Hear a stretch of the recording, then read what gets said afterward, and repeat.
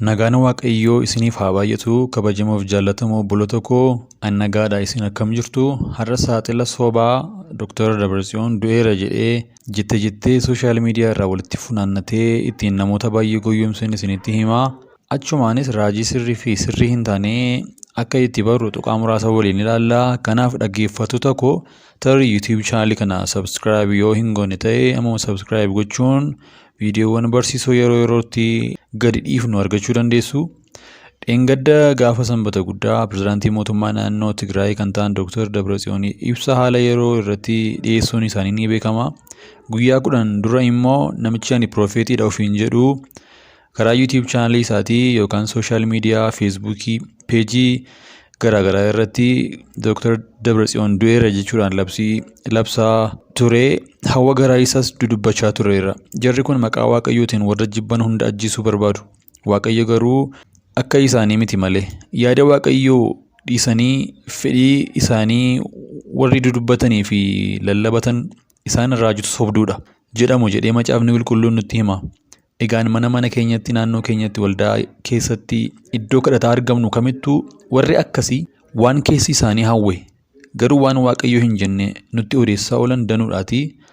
Adaraa irraatii of haa eeggannu. Macaafa Isaayyaas boqonnaa 57 lakkoofsa 3 irratti isin yaa ilmaan warra duumessa ilaalanii ayyaana heedanii sanyii warra ejjituu fi hadhaliyaas dhiyaadhaa. Isin eenyutti geeftuu, eenyutti laagaa bantu, eenyuttis arraba baaftu. Isin ilmaan irra daddarbituu fi sanyii sobduu miti. Jedhee sagalee Waaqayyoo warra Waaqa tolfamaa yaada garaa fi miira isaanii raajii fakkeessanii maqaa Waaqayyootiin daldalanitti dubbata. Egaa sagaleen Waaqayyoo yeroo dubbatu michoota koo warra hafuuraan hin dubbannaa jedhan hunda hin amaninaa. Waaqayyo biraa yoo ta'an hafuurota isaan ittiin dubbatan qoraatii ilaala malee raajonni sobduun baay'een gara biyya lafaatti ba'aniiru jedhee sagalee Waaqayyoo nutti hima.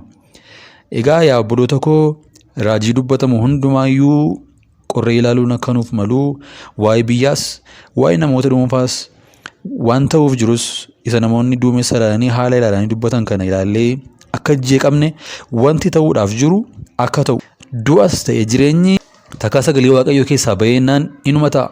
Raajota sobduu akkamiin adda baasnee beekuu dandeenya? Macaafni qulqulluun hoo waa'ee raajota sobduu maal jedha?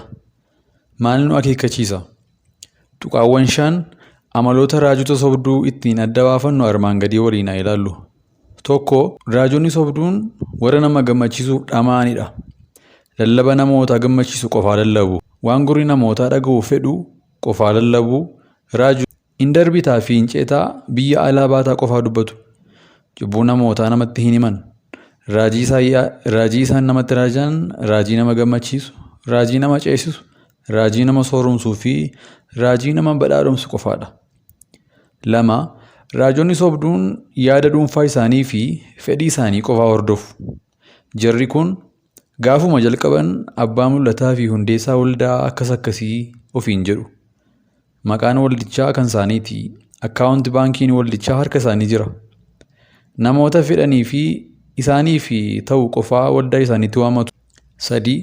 Raajonni sobduun tajaajila wangeelaa seera cabsuun bu'aa kan biraaf itti fayyadamu. Konkolaataa ittiin bashannanan 2-3 mana jireenyaa dhuunfaa isaanii biyyoota alaatti ijaarratu. Maqaa dhuunfaa isaaniitiin daldala keessa seenu. Qarshii amantootni kurnee kaffalanii faabrikaa dhuunfaa isaanii eegalu. 4. Raajonni sobduun naamusa badaa ofiin qaban dhoksuun beekamu.